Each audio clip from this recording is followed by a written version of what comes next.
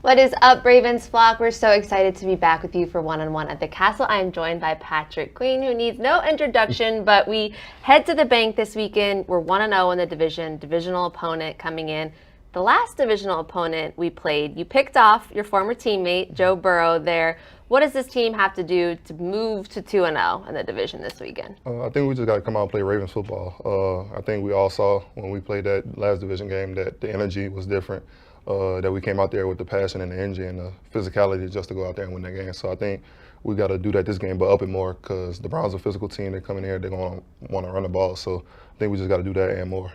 You talked about the energy in the bank that Sunday game, and obviously we're going to have the Super Bowl reunion team in town this weekend at the game on Sunday. What does it mean to kind of get to play in front of guys that kind of made this Ravens defense famous? The Ray Lewis, the Ed Reed, the Suggs. All right, it's just it's electric. Just knowing that those guys are coming back and they get to watch you. You get to be able to play and perform in front of them. So of course you want to do everything that you can to impress them and keep up the tradition and just go out there and play Ravens football. It means the world just to be able to be in this organization and go out and do that in front of those guys that, set the standard for a lot of positions in this league. And of course, crazy Super Bowl, lights cutting off and everything. So it's amazing. Yeah, that's awesome. So remember, fans, he's going to be taking your questions, so make sure you comment them below. Talked a little bit about LSU before, and we talked about how I interviewed your mom last year, and she told me that your dad manifested the day you were born, you playing at LSU, you making it to the league. Was it ever not going to be LSU? And did you ever have any doubts about, kind of falling through all those dreams that he had for you? Yeah, so for the longest, coming up in high school, I was going to LSU camps, and Corey Raymond, a DB coach there at the time, was like, we're going to offer you, we're going to get you here, just relax. So it's about 3 years in, and I'm tired of going to the camps. I'm like, where's my offer? I don't perform like I needed to. Everybody else is offering. So I went to Ole Miss. Ole Miss told me they was going to offer me like in 9th grade, and then I went there in 10th grade, they offered. So I'm all Ole Miss at this time. 16th birthday, Ole Miss cake. So I'm all in on Ole Miss, and then LSU offered, and I committed on the spot. So it was a wrap then, but Ole Miss was probably the destination I was gonna go before That's LSU. Funny. So do you still have the pictures of you with your Ole Miss cake? My mom has it. I deleted it. There's some There's no blackmail need. right there. Yeah, yeah, that's great. All right, we got some fan questions coming in for you. This one is from Tyler on YouTube. Who is your closest friend on the defense? Closest friend on the defense probably would be I can't choose, but it's between Geno, Malik, and Adafe. One of those three. And you and Malik kind of came in around the same time. You've been in the same group, obviously. So is there a special bond there, just kind of going through all this together for the first time? Yeah, because it's been ups and downs, and nobody else really feels that unless they're going through it. So just being able to go there through that with him and just being connected since the day we got here, it's been a big help for our friendship. So you're a big fisherman, obviously. I think we all know that. We got a fish question coming in for you from the Bass Assassin 95 on YouTube. That's a great username there. PQ, what is the biggest bass you've ever caught? This past summer I caught an 8.3 bass, largemouth. That sounds like a lot. It is a lot. What's an average? An average is 2.5. Oh, yeah. okay. So that's pretty crazy. Yeah. All right, from Solomon Ahmed on YouTube, what will be your most exciting moment on the game Sunday? I think the most exciting moment is just finally getting the win. I think that's the biggest thing for us, just go out there and play good. I think every moment is exciting, but the best moment of the game is actually winning the game. Yeah, 100%. So you've talked a lot about the things you wanted to focus on this season. This question comes from Frank on Facebook. What are the things you're looking to improve with your skill for this team? I think just being consistent. I think it's flashes here and there. I think the last few weeks I've been putting it all together, and it's been consistently throughout the whole game. So that's what my focus is now, just being consistent the whole game. And coming in as a rookie, you obviously already had a big role, but as you grow, become one of the more veteran guys on this team, how has your leadership style kind of changed? I think just being more settled in and just being around the guys and seeing how they interact and knowing how they interact with them. I think leadership is different from what people really think it is. I think people see leadership as somebody being vocal or, just always just being that guy that's out there and everybody can see, but I think it's deeper than that. I think it goes from just understanding how people are, how people play. It's a lot that goes into it.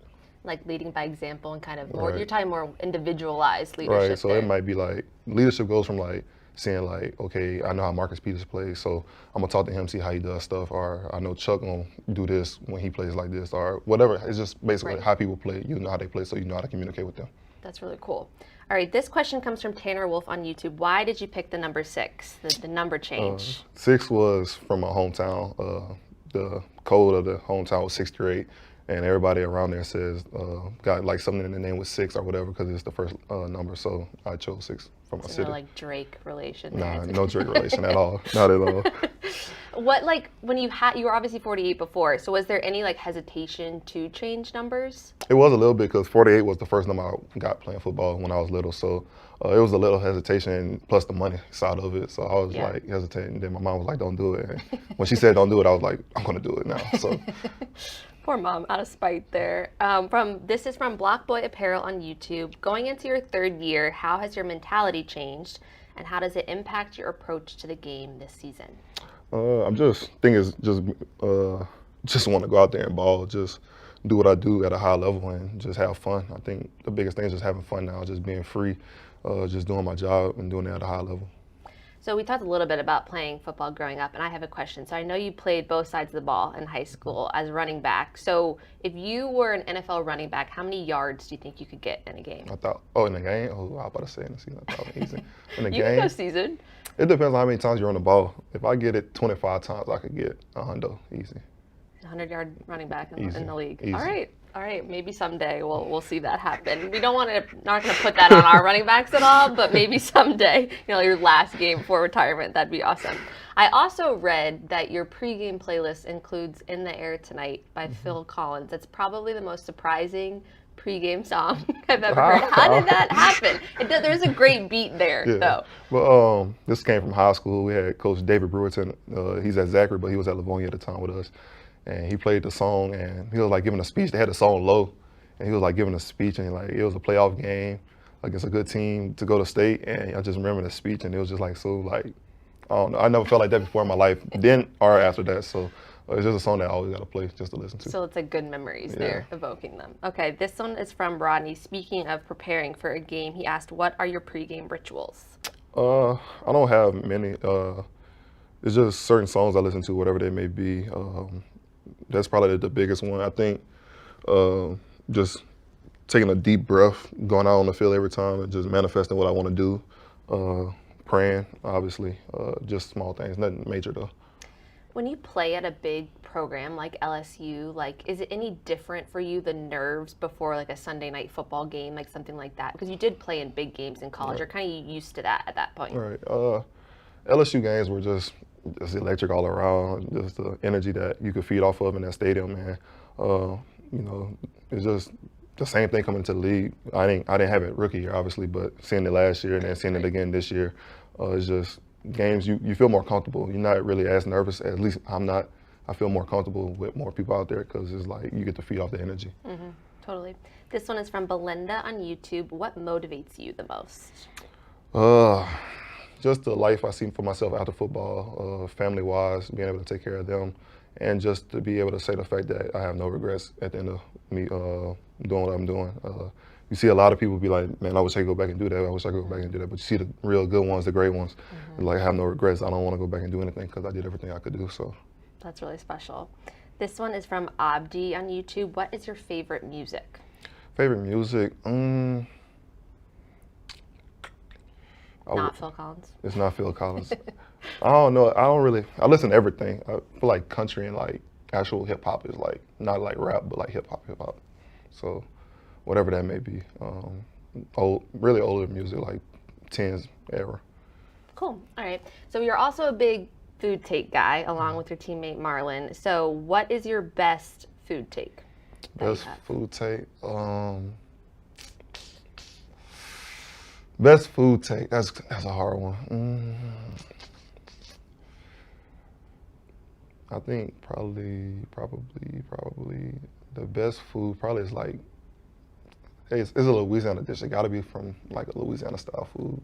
Something I feel like southern. you're always crawfish is better than crabs. Crawfish is better than crabs. I mean, that's obvious. You posted that a few times. Never goes over well. Nah, I don't want to start no trouble today with that. I'll probably say like crawfish etouffee or something like soulful. But that's the A1 food for you. Yeah. It's got to be a Louisiana food. it Yeah, has that's to. fair. How would you measure your growth throughout the years here? This is from AF on Facebook. I think my growth has been excellent. Just coming in, I remember coming in young, and we would be in meetings, and like you'll say something, and like it'll be like Matthew Judon or somebody in the background, like what are you talking about? And just seeing that they weren't trying to like make you nervous or scared, but it was actually trying to get you to come out your shell. So I think I took that real well, and just being able to grow outside of that, and just be able to come in now and seeing rookies now, and just be able to motivate them. And even though I may do it different than how Judon did it, just I think it carries over to like just being able the leader style that I talked about earlier. Right, exactly. So going back to what we talked about at the top, this one's from Carl on Facebook. What was it like to pick off your old teammate? It felt amazing. I did it in practice before, but never got to do it in the game. And obviously, everybody know me and Joe is real competitive back and forth, and it's all love there. But the moment he threw that pick and I saw it, I was like, I have to have it. Like, it got to be mine. And just. What's better, sacking him or getting the interception? Because you've done both at this point. I think the interception was better, just because we had fans there and it was more electric. That's true. There wasn't fans there before. So before we sign off here, any message you want to share with the fans before Sunday's game? I want y'all to come out, be as loud as y'all could be as energetic as y'all could be, because we feed off that. We need that. We appreciate y'all. We love y'all. To all the real fans, thank y'all. Perfect. We'll see you guys at the bank Sunday. We can't wait.